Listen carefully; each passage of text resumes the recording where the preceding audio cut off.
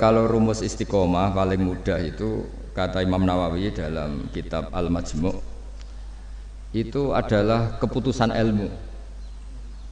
Kalau keputusan nafsu itu kita nggak mudah istiqomah.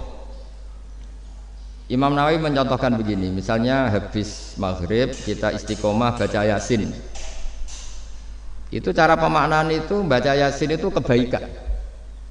Sehingga nanti kalau kita batalkan karena anak kita sakit atau karena ada orang tua kita sakit, kemudian kita ke rumah sakit mengantarkan, ini juga tidak mengganggu istiqomah baca Yasin.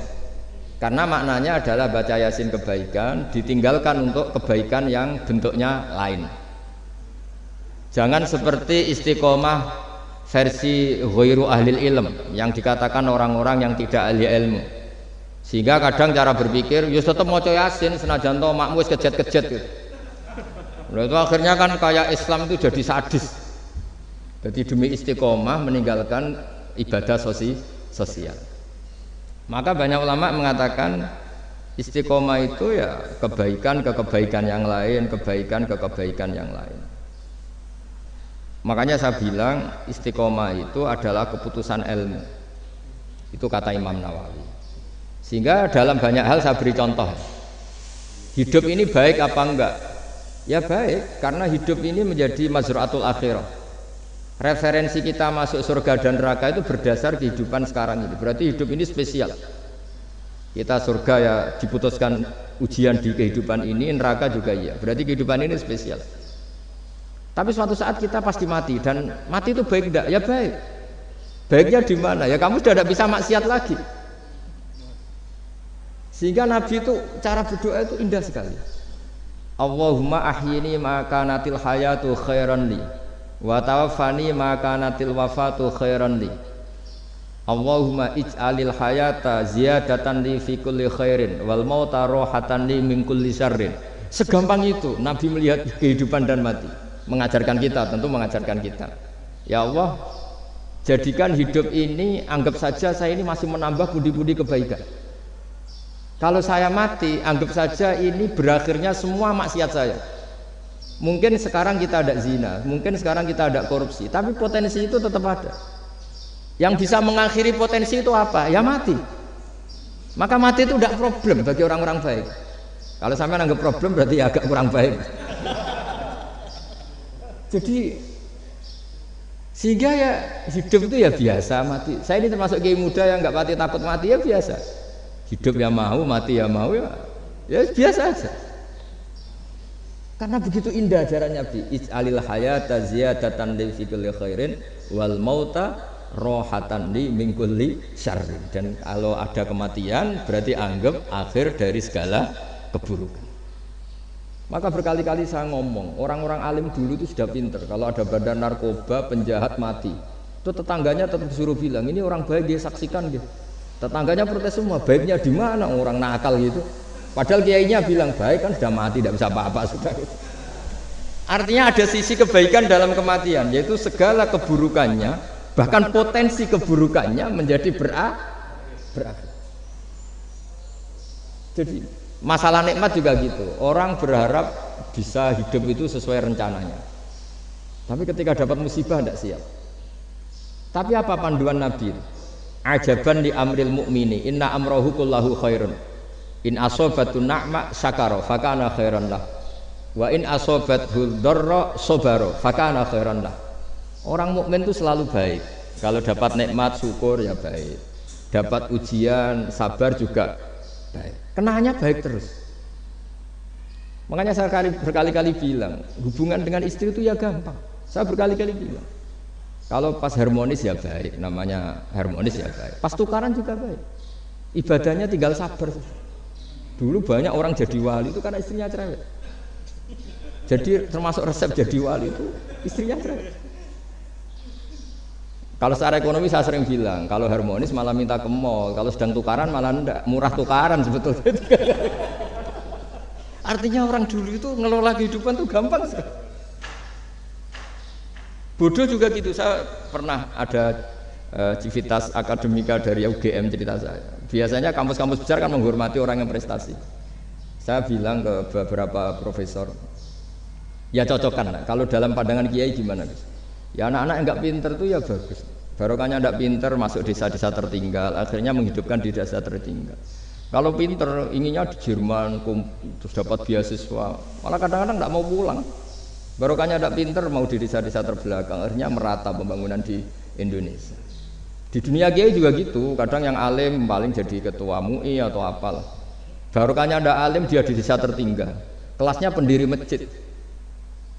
Artinya kalau dalam pandangan Islam itu semua itu ada hikmahnya. Jadi Allah bikin orang ada yang bodoh itu sudah direncanakan. Barokahnya bodoh itu mau di desa terbelakang. Kalau enggak bodoh enggak mau dia. Ya itu cara Allah untuk menyebarkan kebaikan. Ya ini kan fatwa ala kiai, sampean jangan buka. Wah ini berarti bikin itu Gus, berarti orang bodoh ya hebat. Ya memang hebat, Allah sudah merencanakan, tapi ya jangan dimasifkan. Orang bodoh jumlahnya sudah banyak, enggak usah ditambah.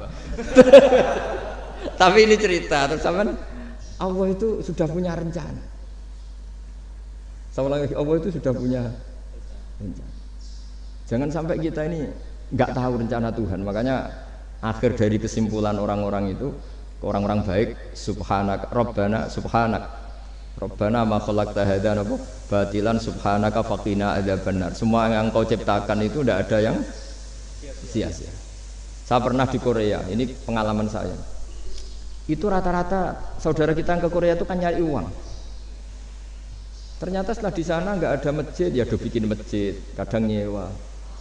Itu cara Allah untuk menyebarkan Islam di Korea, kadang ya lewat pekerja itu. Dulu Indonesia sejarah yang terkenal ada Islam ya ada orang ingin kaya terus dagang ke Indonesia, orang Gujarat. Gara-gara dagang ke Indonesia terus kenal orang pribumi karena bawaannya orang Muslim ya mengkampanyekan Islam terus ada Islam. Jadi sederhana. Mbah Mun pernah cerita Harun Ar-Rasyid itu kalau punya tahanan politik itu dibuang. Itu di Irak, Baghdad. Buangnya di mana? Di Fakfak, di Irian Jaya. Makanya di Fakfak itu banyak imigran turunan apa? Arab. Itu dulu itu rival politiknya Harun Ar-Rasyid. Ketika di sana melihat orang Irian tuh pakai koteka itu bilang Urian terus jadi Irian itu. Urian itu maknanya apa? Telanjang. Jadi bahasa Arabnya telanjang itu apa? Urian itu telanjang, jadi Irian. Itu ya barokahnya buangan politik ya, tapi bukan tahanan kriminal, tahanan politik dibuang di sana, kemudian ada Islam di sana. Itu cara Allah. Begitu juga Islam di Eropa, kadang dibawa mahasiswa yang dulu ketika di Indonesia agak kepikiran jadi kiai, baru kayak kuliah di Eropa malah jadi kiai, mereka nggak ada saingannya, nggak ketemu saya lah kira-kira gitu. Kalau di sini kan nggak bisa jadi kiai. Artinya sudahlah Allah itu nggak usah diajarin gitu. Makanya Allah pernah ngendikan kul atu alimuna wa bidinikum. Aku itu pangeran, ora usah warai carane beragama. Nah kita sekarang ini beragama tapi ngajari Allah. Harusnya Islam tuh gini ya Allah. Pangeran mbok warai. Makanya rata-rata dunia ulama itu dunia minum ide di bab itu. Karena harus yakin agama ini milik Allah pasti diurus Allah. Allah nggak usah diguruin gitu. Tapi kalau kita kan nggak ingin punya konsep. Organisasi apa, forum apa, untuk mengembangkan apa, ya itu bagus lah namanya ikhtiar. Tapi kalau di dunia ulama itu malah enggak, karena Allah punya cara sendiri untuk menyebarkan. Ya coba yang membawa Islam ke Amerika itu orang imigran, di Eropa juga sama, apalagi di Prancis ya, itu kan imigran Aljazair rata-rata. Makanya Mas Haidar ini dari Aljazair. Ya sudahlah, kita ikhtiar, istiqomah itu nomor satu, benahi ilmu Anda, cara berpikir Anda. Ya ketika kita harmonis ya istiqomahnya syukur. Kalau tukaran istiqomahnya sabar. Kalau punya teman sebaik ini ya istiqomahnya mitra kebaikan. Kalau sedang benci ya bagus lah, barokahnya itu udah utang, udah ngel-ngel, sudah digenteng saja hidup itu. Masyhur itu dawuh Imam Syafi'i. Man ahsana ilaika faqad qayyadaka. Wa man asa ilaika faqad atlaqaka. Orang yang berbuat baik kepada kamu sebetulnya itu mengunci kamu, mengikat kamu. Loh ini nak, kalau Pak Aryo terlalu baik sama saya, yang susah juga saya. Kalau nanti anaknya kawin, resepsi gak diundang saya gak enak. Tapi kalau dia agak-agak jahat sama saya, gak tekos, peduli. Ini kan pantas. Jarno. Jadi saya kalau ada orang terlalu baik sama saya sudah mulai mikir ini ya, ribet kan. Makanya saya termasuk kiai yang ada orang baik ya biasa aja karena tak anggap ini ke depan kurang baik gitu. Tapi ya saya seneng ya, namanya ukhuwah Islamiyah seneng ya. Tapi tidak seneng-seneng banget kayak orang yang nggak punya perhitungan. Waman asa ilaika faqat atlaqaka. Orang yang berbuat buruk kepada kamu sebetulnya dia membebaskan kamu. Enggak mungkin kan orang yang sedang ngeneng kamu terus utang kamu, enggak mungkin kan pinjam mobil. Mungkin enggak? Apalagi titip, tolong dong saya dikasih pekerjaan di BUMN, enggak mungkin. Yang minta-minta gitu pasti yang baik apa kamu. Jadi ilmu akiyah itu sampai segitunya. Makanya kita harus syukur khazanah yang diajarkan guru-guru kita ini luar biasa. Man ahsana ilaika faqad qayyadaka. Wa man asaa ilaika faqad atlaqaka. Siapa yang berbuat baik sama kamu, sebenarnya dia mengunci kamu. Kamu tuh harus ada sekian etika kan? Loh iya, kalau zaman saya belum kenal Pak Arjo, belum sering kesini, saya cuek aja. Setelah sering kesini terus bilang, Gus, saya mau ngaji ini, wah apa nolak gak enak. Cara pertama kesini langsung gitu, wah enggak lah kamu siapa kenal aja enggak. Ini agak-agak bener kenal, aduh ribet tuh. Tapi saya maafkan. Nah ini cerita mazhabnya Imam Syafi'i. Makanya hubungan suami istri kalau sedang harmonis malah saling curiga. Ada apa ini kok baik? Saking susahnya nyari baik ikhlas itu sehingga kalau Bupati juga gitu, ada orang terlalu baik, mesti mikir ada apa ini. Artinya gini, kalau kita dengan ilmu itu ngadepi sesuatu enteng saja. Barokahnya misalnya Mas Haidar di Aljazair, saksinya banyak. Kalau kita tidak pernah ke sana kan saksi sujud kita hanya Indonesia. Nanti kalau Mas Haidar ketemu Allah kan keren. Kamu pernah sujud? Pernah Gusti. Saksinya Indonesia dan Aljazair. Karena bumi yang tempat kita sujud menjadi apa? Saksi. Semakin sering kemana-mana, saksinya semakin banyak. Sehingga dalam waktu sholat itu ada aturan disunatkan untuk sholat sunat itu tempatnya berganti-ganti atau bergeser-geser. Karena saksinya tuh kayak tambah banyak. Bahkan ada yang ekstrim sampai nggak mau pakai sajadah. Saksi sajadah itu tidak meyakinkan, mendingan keramik. Sampai segitunya ada yang ekstrim gitu. Kan lebih keren. Kalau sajadah kan hanya selembar kain. Ya, tapi nanti sajadahnya kan bilang, saya tidak bisa berdiri sendiri tanpa ada bumi. Akhirnya mau tidak mau buminya akan ikut.